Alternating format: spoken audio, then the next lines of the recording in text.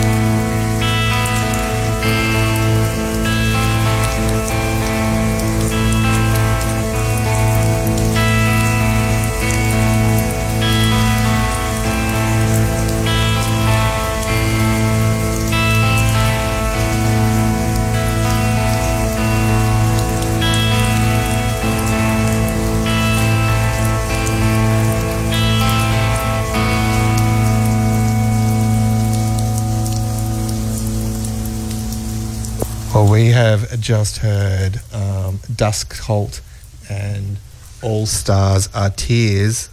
And on the other line, we have Dusk Cult. Do we have you there? You do. Excellent. You do. We've got both of you, and we're using technology so I can talk to both of you at once. Woo. Fantastic. Yes. The miracle of the modern world. Yes. Now, you guys are a COVID kind of collab. Is that a good description? I guess you could say that, yeah. Formed in lockdown times. Do you want to introduce yourselves to everyone out there and where you're from? That might be the easiest way to do it. Sure. Well, I'm Ben, and I play the guitar and the bass and do some of the vocals. And I live out east, which is the opposite to Elliot. So, yeah, I'm Elliot. I'm out west. Do drums and also share the vocal duties as well. Excellent. And Elliot, you're from Bellacore? That's right, yeah. I play drums in Bellacore as well. Yep. And Rain Shadow is your band? That's right. Rain Shadow's a sort of a gothic kind of doom rock band that I started 15, 16 years ago. Did a few albums. And Elliot actually joined on drums for a live EP that we did in 2013. And so Elliot and I have known each other for years, but this is the first time that we've actually done an original, proper project together from scratch, build it from the ground up. Mm. Yeah, that's true. So, but Ben, Rain Shadow, it's like usually it's a one-man thing, right? Yeah, that's right. Yeah. It's basically me and my producer, which is Mark Kelson from The Eternal, and we worked on all three of the albums, and it was sort of a collaboration between the two of us, but it was essentially my project. But, that I had to let that go. It had sort of run its course, and, wanted to play something a little bit more energetic, a little bit heavier, and, express a few different influences and ideas that Rain Shadow just wouldn't have allowed. So Dusk Cult's really enabled that to happen. Yeah, that's interesting because Mark Kelson was in on my show a couple of months or so ago, and he's talking about his more heavier project, Nefarian. Yeah. That's quite a coincidence. But anyway, we're not here to talk about other people's bands. We're here to talk about Dusk Cult. And you've got a new album coming out, is it on Friday? This Saturday we'll do the release, yeah. Saturday, yep. And Embrace the Lunar Age. That's correct, yep. Now, where does the title come from for the album? Let's start with that. Well, we've basically got an artistic idea or a theme for the project, which is largely to do with, I wouldn't say astronomy, that's probably putting it too far, but the idea of the night sky, atmosphere, and things like that. And so the idea of Embrace the Lunar Age is, in many ways, we think we're living in an era of the individual at the moment, the cult of the individual, if you like, where social media and other things like that have really pushed people to look at themselves more and to sort of become a little bit obsessed with themselves, I think. And the idea is it's not entirely serious, but we have the idea of embracing something different, looking away and embracing the lunar age, looking away from ourselves, looking away from the earth towards the night sky, and that sort of fit well with what we were doing sonically with the music. So that's what it means to me. And Ali and I just sort of came up with it together after throwing a few ideas around and that sort of thing. Yeah, it's interesting. It does really suit the music. It's because it's now both of you don't come from black metal bands, but have you been in them in the past? I've played in a few heavy bands, nothing quite black metal. Yeah. Skewed more towards sort of doom metal and death metal mostly. Yeah, I played in some sort of high school black metal bands back in the late 90s. Okay. So I've always sort of followed black metal, but never played anything that could properly be considered black metal or a project that I was really behind. So yeah, this is definitely fresh territory for both of us, I think, which makes it pretty exciting. And what I find interesting, because you are both fairly new into this genre, is it's really, really good. It's like, if people are out there going, "Oh, it's hard to do," it's like, well, no, like, come on, you can get to it. Now, go. I was going to say, just like Ben said, while we haven't been in a black metal band personally in the past, we both have a long background of black metal. I've been into black metal for the last 15 years. Huge fan of all that sort of stuff. So yeah, it's just really exciting to finally be able to do it. And I think that speaks a lot on the album as well. We've got a lot of these ideas that have been pent up, and ideas we've wanted to get out there, and it's finally happening, which is really exciting for both of us. Yeah, that's cool. And not having any background in black metal either, as far as composing and playing it, we didn't really have a template to work from, so we just sort of put it together as we went, and that's why I guess the album's pretty varied, and I guess it's not a copy of anything else either. It's really just been a creative process that we didn't really know where it would head. Well, I think it's a great genre for diversity. Like a lot of other genres out there, basically, if you change them a little bit, they turn into a different genre in metal. Black metal's the one where it goes everything from full folk music to intense kind of almost industrial music and everywhere in between. So it's a good genre. Lots of room to move with black metal for sure. It's a good genre to play with, which I did notice when I'm listening to the album. It's really good. It seems very mature for a first album for a band, but of course you two are quite experienced. But there is diversity, and the song we're going to finish on is almost a different part of the genre, which is compared to the first track, which is great. It's really, really good, and I like that. Thanks. Is that just how the writing flowed, or was that what you were trying to do? Or generally, I think once I sort of put the songs together on guitar in the first instance, and after a couple of songs came together, I thought, well, these songs are doing something, and now I'll try something else. So there are some sort of doom elements in the music as well. We've also got one song that's just acoustic guitar and that sort of, Ulva Kveldsanger sort of style. So different things like that. And we became conscious of keeping it varied. And I think the last song we wrote for the album was The Enemy Sun, and that's just blasting the whole time, because we thought, well, we need another song with a lot of energy and just really lays it out. So we did that as well. So it was a bit of a conscious decision, but it was, fairly organic. And like I said before, it was really just trying our hand and seeing what we come up with. And Elliot's incredible drumming really lifts everything, so there was a lot of energy. The songs are just so much fun to play, and like Ben said, we kind of wrote 8 songs, and we were like, we haven't got a song that's just kind of a furious balls to the wall blasting track, so had to finish it off with that one to just try and cover all aspects, or as many aspects of the black metal genre as we could in the one album. So it's been a lot of fun. Yeah, cool. That's great. Now, I might put on a track. Do you want to stick around and we'll get back to it?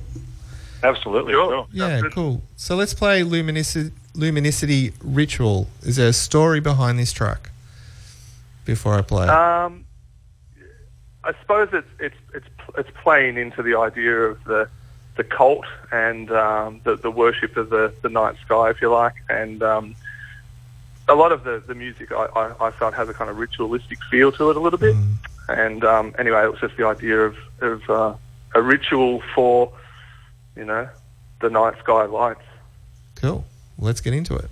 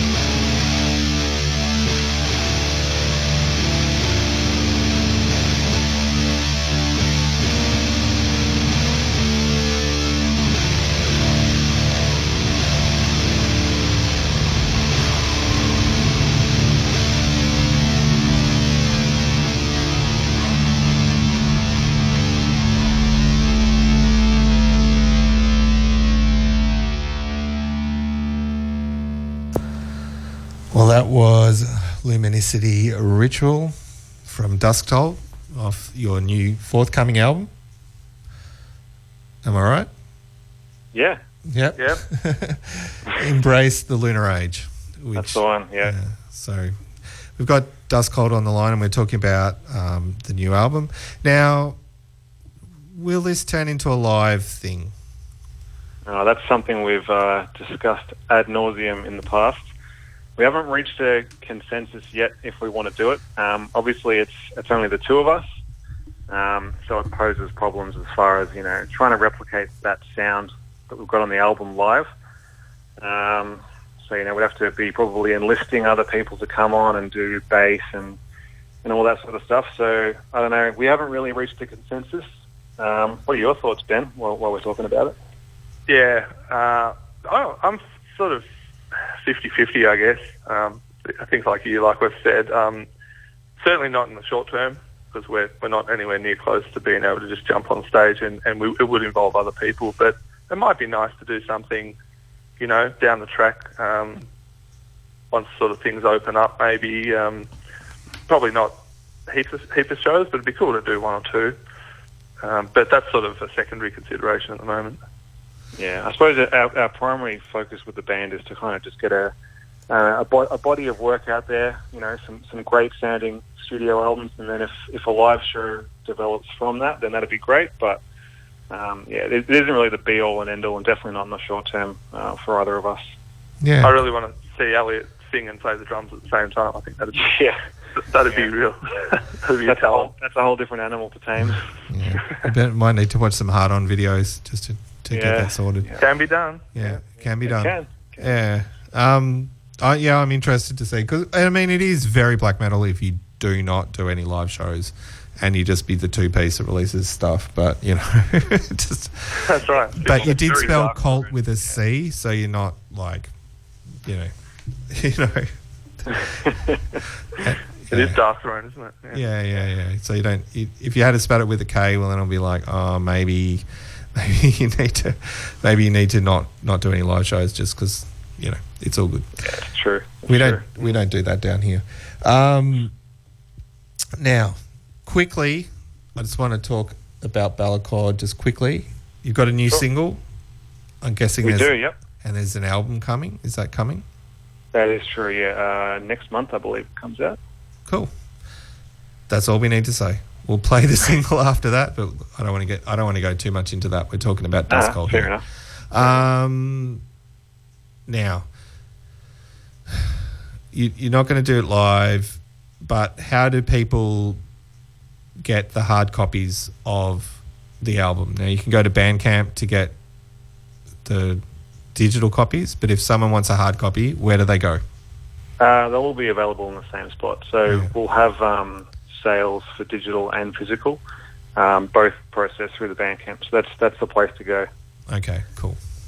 Just always. The digital will also be on Spotify and Apple. The digital's going to be everywhere. You can find digital music. Yeah, YouTube, Spotify, iTunes, all those places. Yeah.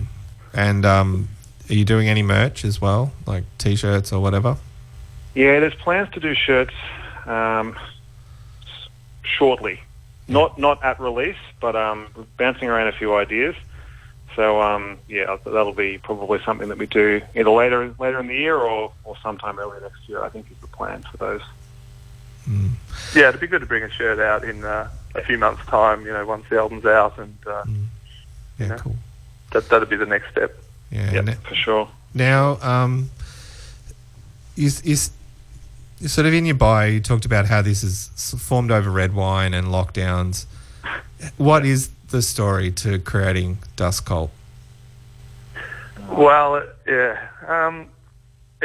was woven in between the various lockdowns here in Melbourne. I think once we started, we came up with the idea in a pub. I think we did ages ago, and not much happened. And then I think I can't remember what prompted the initial writing process, but I just sort of wrote some riffs on, recorded them, took them over to Elliot's place, and we demoed the album, and I'd go back over to Elliot's place and do another song or another couple of songs, and eventually we ended up with an album's worth of material. But yeah, it was pretty sporadic, and also certainly I wouldn't say we were overly serious and solemn about it. We did enjoy, a couple of drinks, catching up during the process as well. So yeah, it's definitely had a strong social aspect at the start, and things started slow, but they picked up momentum pretty heavily late last year. Started taking the writing a bit more seriously, and as Bed said, doing demoing as well. And once we realised we had, potentially an album's worth of material on our hands, it was, we started to take it a bit more seriously then, booking in a producer and, working out the artwork and stuff like that. So, yeah. So we ended up working with Troy McCosker, who he's produced Bellacore, hasn't he, Elliot? And, yes, he engineered the most recent Bellacore album. He's worked with Nail of Scaris, Hybrid Nightmares, Hadal Moore, and many more in the Melbourne scene. So yeah, he was a great person to have on board. Kind of dubbed him the unsung third member of the cult by the end of the process, because he tracked us, mixed us, mastered us, and yeah, he was a pleasure to work with the whole way through. So. Yeah, Troy really got behind it, didn't he, in the end? That was great, yeah. Well, he's got a great sound out of you, so that's really good. It's good. That's what you want. Yeah, he's done well. He's just a wizard, really. Yeah, he really gets the music, and this sort of dirty black metal sound. He had a lot of fun, getting sounds for the guitars, and getting a great drum sound as well. And it's really paid dividends in the end, which is great. Yeah, well, yeah, I think. Oh, sorry, go ahead. No, that's all good. No, continue. No, I was going to say he mentioned that he's worked on these sort of big international band projects that take kind of weeks and months to organise, and he mentioned that it was sort of refreshing to work with us, where we just sort of we did the drums in 2 days, we did the bass in 1 day, guitar over 2 days. We just kind of went in there and I wouldn't say bashed it out, but we weren't overly precious about. Well, certainly my performance, at least. Elliot nailed his, but I think Troy enjoyed the experience as well. It was perhaps a little lighter on than some of his bigger projects. Yeah, absolutely. Oh, it's good to have that. I mean, diversity in what he's doing too. If he's recording different bands, it's good for the different sound. Yeah, definitely. It's cool. I'm interested to see where it goes, because it's pretty cool and it is diverse. I really like the sound. So have you already started writing new material, or did you sort of, this is the thing and you're going to go?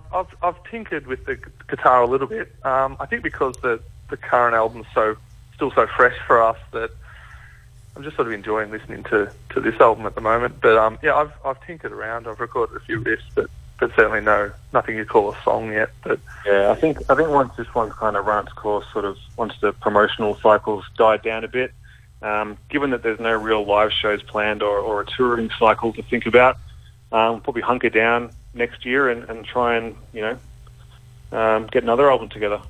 I'd like to get it done sort of sooner rather than later. I think it's a really enjoyable process to put these songs together, and I just love getting it out there and doing stuff like this, and yeah, it's really, really great.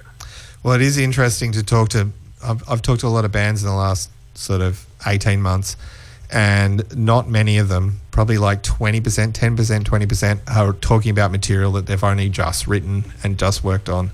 So that's kind of refreshing, because most people are talking about something they wrote like 2 years ago and they took them that long to get it out. So yeah, wow, it's kind of cool. And we were pretty quick. We even with all the lockdowns and things, we pushed on. We didn't want to wait 12 months, 18 months. We wanted to get it done. Excellent. Well, we're going to play the track that you talked about a bit before, the Enemy Sun. Yep. And finish on that. Thanks heaps for coming in, and you're welcome to come back when you got new stuff ready to talk about. So that'd be cool. But thanks, Dusk Cult. Absolutely, no worries, man. It's been great. Thanks for having us. Yes. Well, thanks so much. Really good talking to you. Thanks, man. Let's get into the Enemy Sun.